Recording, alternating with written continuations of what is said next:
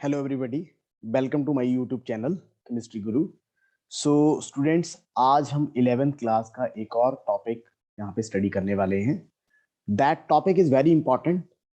ये टॉपिक इसलिए इंपॉर्टेंट हो जाता है क्योंकि इससे जो आपके बेसिक कॉन्सेप्ट है ना केमिस्ट्री के, खासकर ऑर्गेनिक के, वो आपके बहुत ज्यादा स्ट्रांग होते हैं। तो टॉपिक का नाम है आपके पास रिएक्शन इंटरमीडिएट्स। देखो, सिंपल चीज मैं आपको यहाँ पे क्या बताऊंगा। पहले एक चीज मैं आपको यहाँ पे क्लियर कर दूं कि ऑर्गेनिक केमिस्ट्री में क्या होता है। कोई भी आपके पास रिएक्टेंट है, सपोज करो मैं बोलता हूँ यहाँ पे रिएक्टेंट है। रिएक्टेंट जनरली क्या करते हैं, they just give intermediate and then finally there is the formation of products. तो ये हमें समझना है।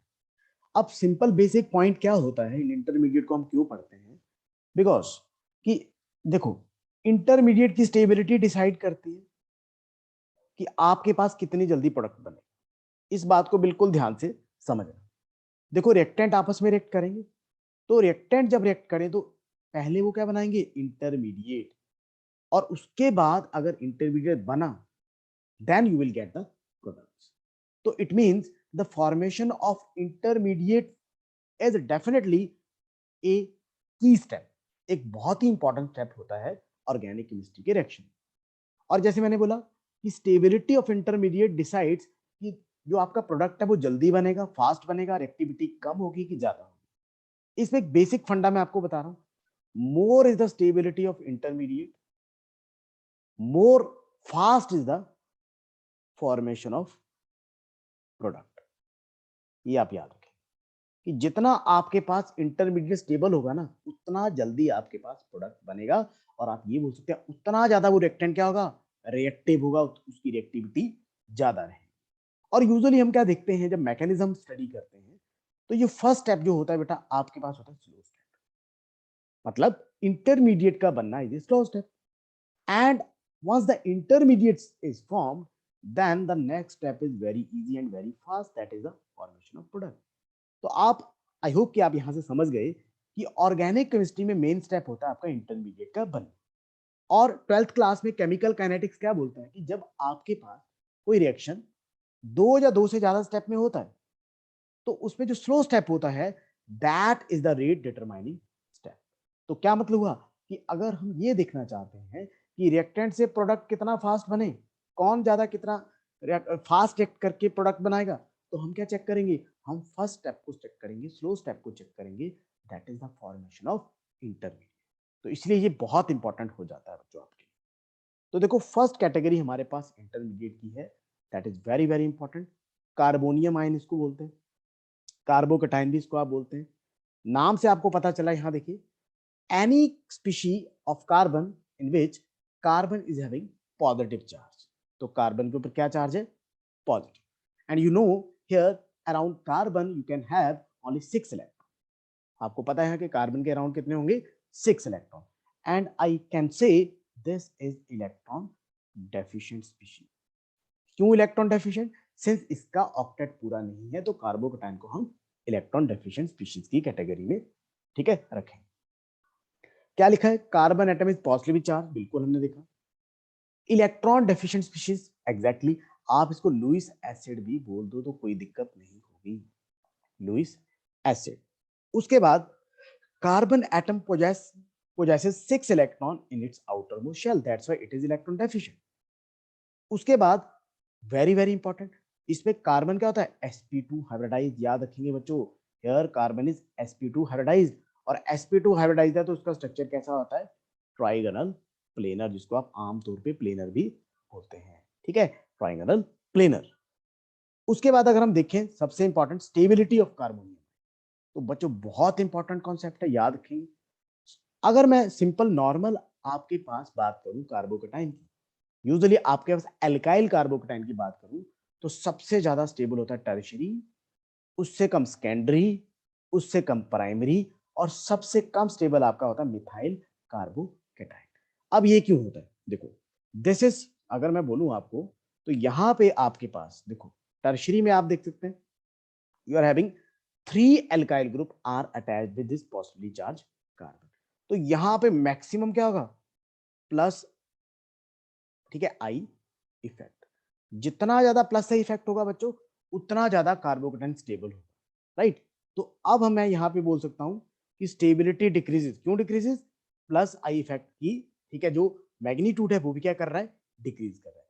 तो यहाँ पे आप सिंपल बोल सकते हैं एल्काइल कार्बोकेटाइन के केस में stability directly proportional to plus I effect, ठीक है। इंडक्टिव इफेक्ट अगर पॉजिटिव है, मतलब अगर आपके पास इलेक्ट्रॉन डोनेटिंग ग्रुप लगे हैं, तो उस केस में इलेक्ट्रॉन डोनेटिंग ग्रुप इस कार्बोकेटाइन को क्या करेंगे, ज्यादा से ज्यादा स्टेबलाइज करेंगे।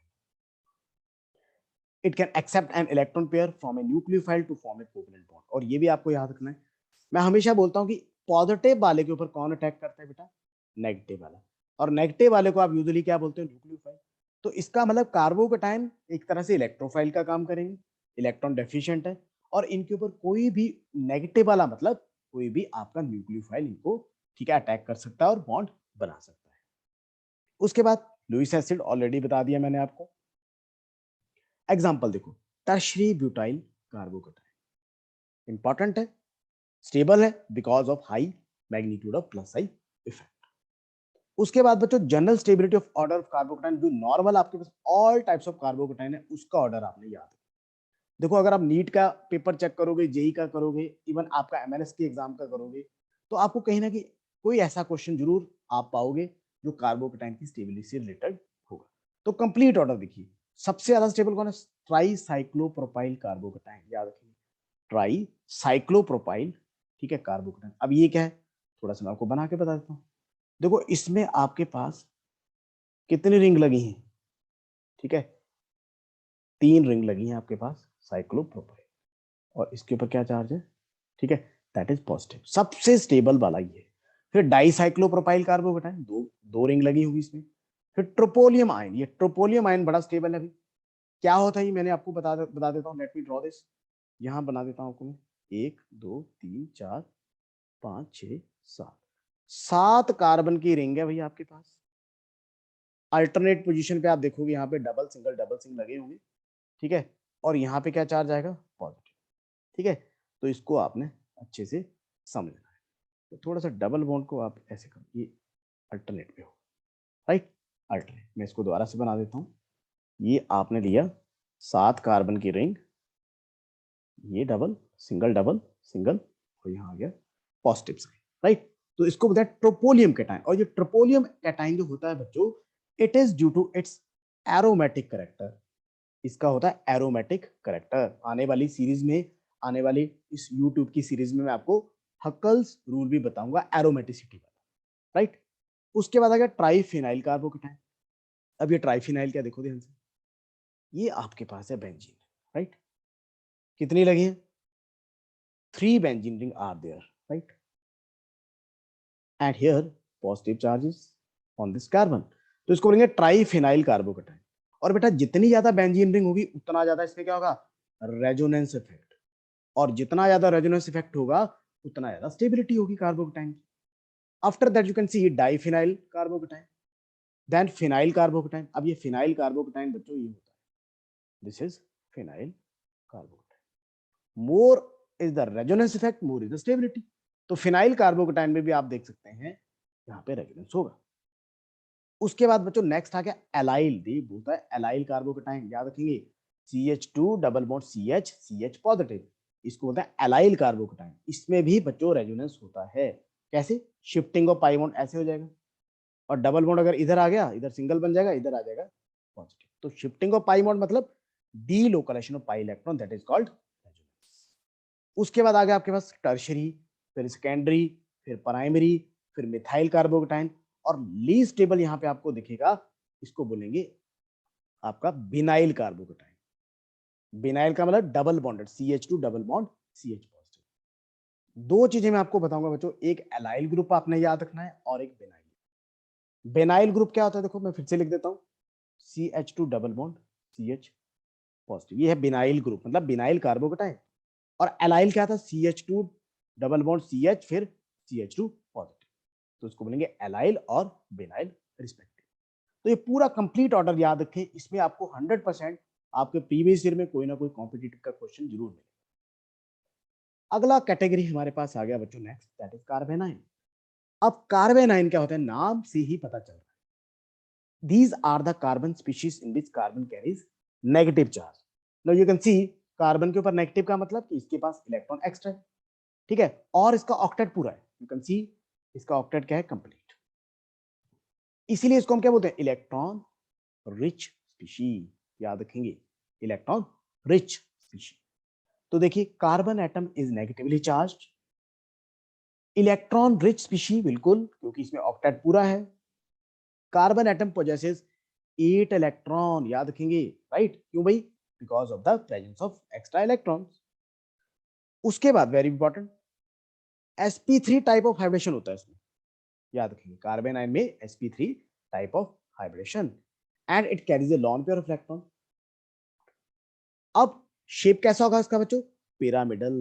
कैसे, 3 बॉन्ड पेयर हैं, ठीक है, मैंने आपको बताया था ना, 3 बॉन्ड पेयर और एक लॉन पेयर, तो अमोनिया की तरह होता है इसका स्ट्रक्चर, पिरामिडल, याद रखेंगे। उसके बाद अगर हम बात करें, it can donate an electron pair to an electrophile, तो मैंने क्या बोला कि अब ये इलेक्ट्रॉन रिच है, तो इलेक्ट्रॉन रिच है तो ये क्या करेगा, इलेक्ट्रॉन डेफिशिएंट को इलेक्ट्रॉन डोनेट कर सकता है। अब इलेक्ट्रॉन रिच को आप बोलते हो न्यूक्लियोफाइल और इलेक्ट्रॉन डेफिशिएंट को आप बोलते हो इलेक्ट्रोफाइल। तो यहां पर भी वही पॉजिटिव नेगेटिव वाला कॉम्बिनेशन हो सकता है कि इसके ऊपर ये तो है नेगेटिवली चार्ज, इसके ऊपर कोई इलेक्ट्रोफाइल अटैक कर सकता है। नेक्स्ट पॉइंट क्या, देखो ये आपको पता है, it is a Lewis base, all the electron rich species are Lewis base, आपको पता होना चाहिए। उसके बाद एग्जांपल दिया मिथाइल कार्बेनाइन, तो ये अपने आप में एक हिंट है आपको कि स्टेबिलिटी किसकी ज्यादा होगी, मिथाइल कार्बेनाइन की, अगर हम सिंपल एल्काइल कार्बेनाइन की बात करें, राइट। तो this is the stability of carbanion, and remember as far as alkyl carbanion are concerned, इनकी स्टेबिलिटी बिल्कुल उल्टा है किससे, कार्बोकेटाइन, रिवर्स ऑफ कार्बोकेटाइन। लेकिन मैं फिर से बोल रहा हूं, इस केस में जो आपका एल्काइल कार्बेनाइन, क्या देख रहे हो आप यहाँ पे, टर्शरी वाला सबसे कम, सेकेंडरी वाला उससे ज्यादा, प्राइमरी वाला उससे ज्यादा, और सबसे ज्यादा स्टेबल कौन है बच्चों, मिथाइल कार्बेनाइन। अब इसमें रीजन क्या होता है, इसमें रीजन याद रखेंगे, स्टेबिलिटी, ठीक है, inversely proportional to plus I effect. क्या मतलब, अब देखो कार्बोकेटाइन में क्या था, जितना ज्यादा प्लस आई इफेक्ट उतना ज्यादा स्टेबिलिटी, लेकिन यहां पे हम क्या बोल रहे हैं कि जो स्टेबिलिटी है that is inversely proportional to plus I effect, right, तो प्लस आई इफेक्ट के बिल्कुल इनवर्सली होगी, तो that's why this order is there. उसके बाद अगर हम बात करें कंप्लीट ऑर्डर की, तो अगेन आई वुड से कि आपको यहां से 100% क्वेश्चन बन सकता है, और हो सकता है कि प्रीवियस ईयर में कोई ना कोई ऐसा क्वेश्चन आया हो।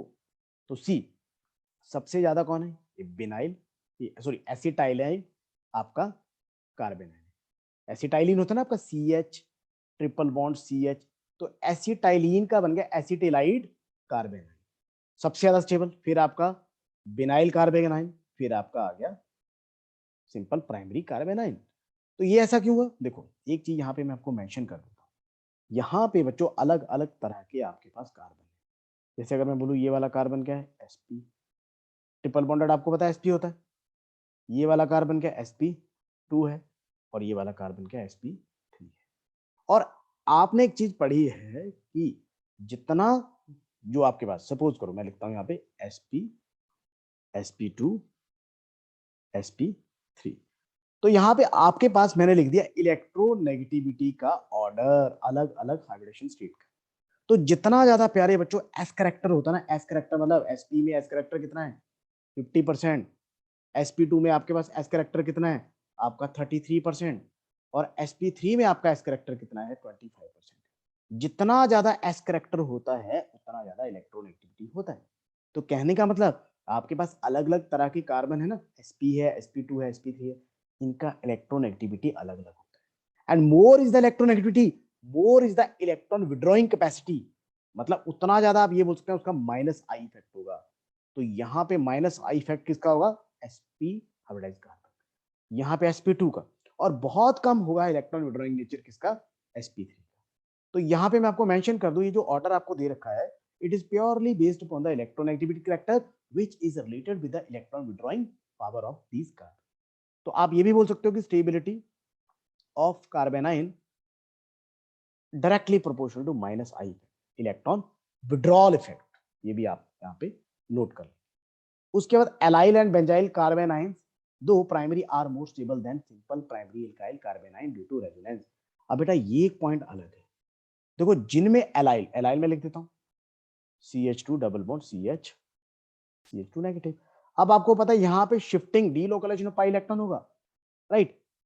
इसका मतलब यहाँ पे क्या हो गया, रेजोनेंस। तो रेजोनेंस की वजह से बोलता है एलाइल और बेंजाइल ये दोनों कार्बन आयन क्या होंगे, बहुत ज्यादा stable in comparison to simple primary alkyl carbon. तो ये आप देख सकते हैं आपके पास रेजोनेंस शो किया, एलाइल कार्बन आयन का रेजोनेंस, ये इधर नेगेटिव का डबल, डबल का negative, shifting of pi bond.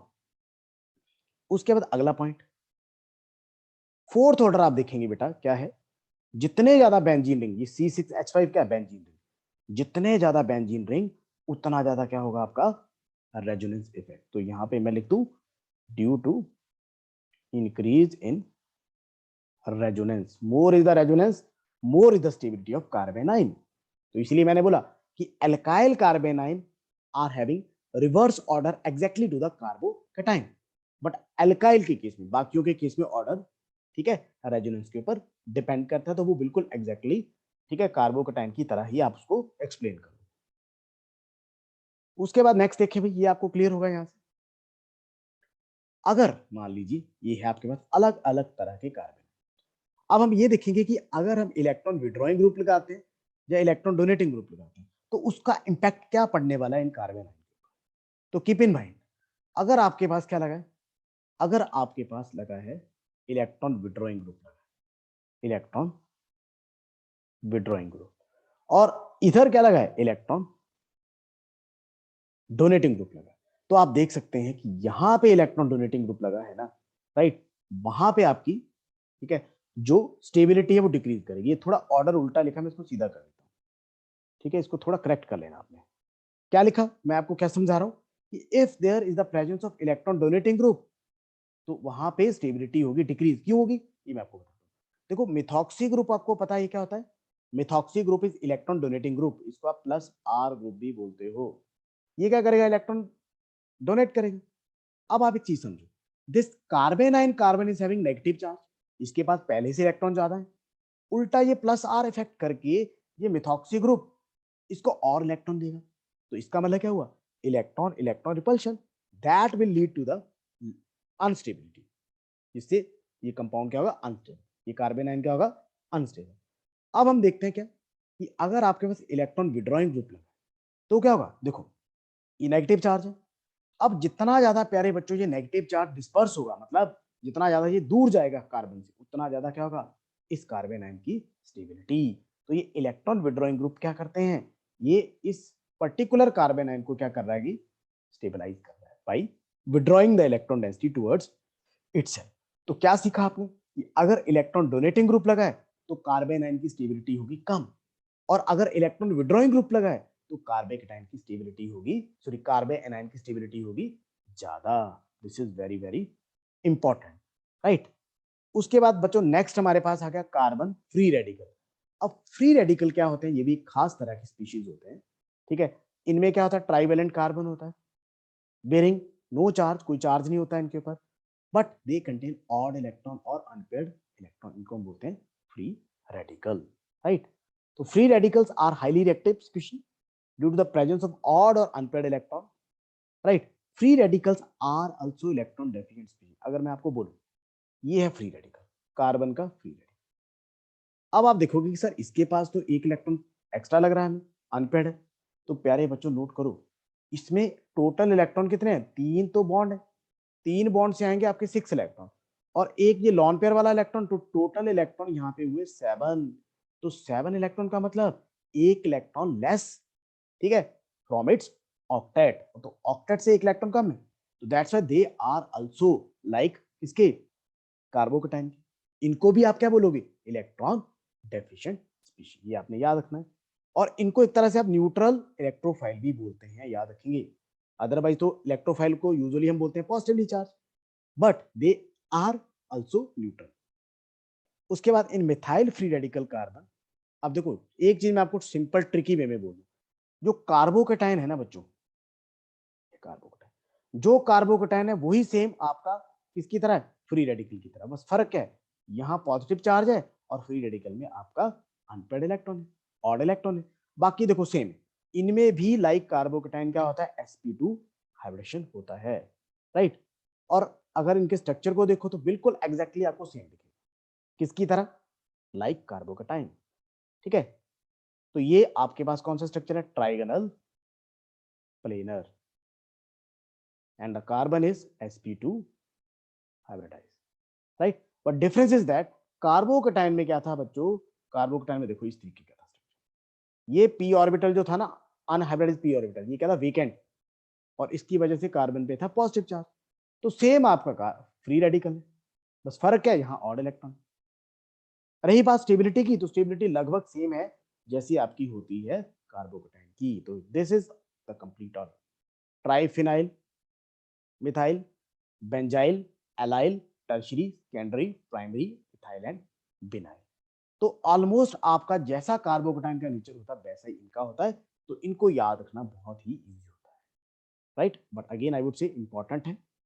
तो ये आपके पास पूरा का पूरा ऑर्डर है, ट्राइफिनाइल, फिर डाइफिनाइल, फिर फिनाइल कार्बन फ्री रेडिकल, फिर आपका एलाइल, उसके बाद बच्चों यहाँ पे देखो ध्यान से, टर्शरी, फिर सेकेंडरी, राइट, उसके बाद प्राइमरी, उसके बाद आपका methyl free radical, and then last में आपका आ गया बिनाइल फ्री रेडिकल।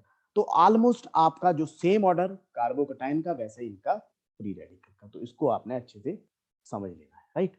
तो ये आपके पास आज के लिए जो मैंने आपको कुछ रिएजेंट बताने थे, कुछ इंटरमीडिएट बताने थे, आई होप कि आपने इस वीडियो को, ठीक है, लाइक किया होगा, समझा होगा और आपने कुछ सीखा होगा। तो इसी तरीके से और वीडियोस के लिए आप लाइक शेयर कमेंट करते रहें, और अगर आपकी कोई खास डिमांड है कि आपको कोई टॉपिक मेरे से पढ़ना है तो वह आप कमेंट बॉक्स में मेरे को बता दें, I will definitely try to make a video. तो thanks for watching, God bless you all.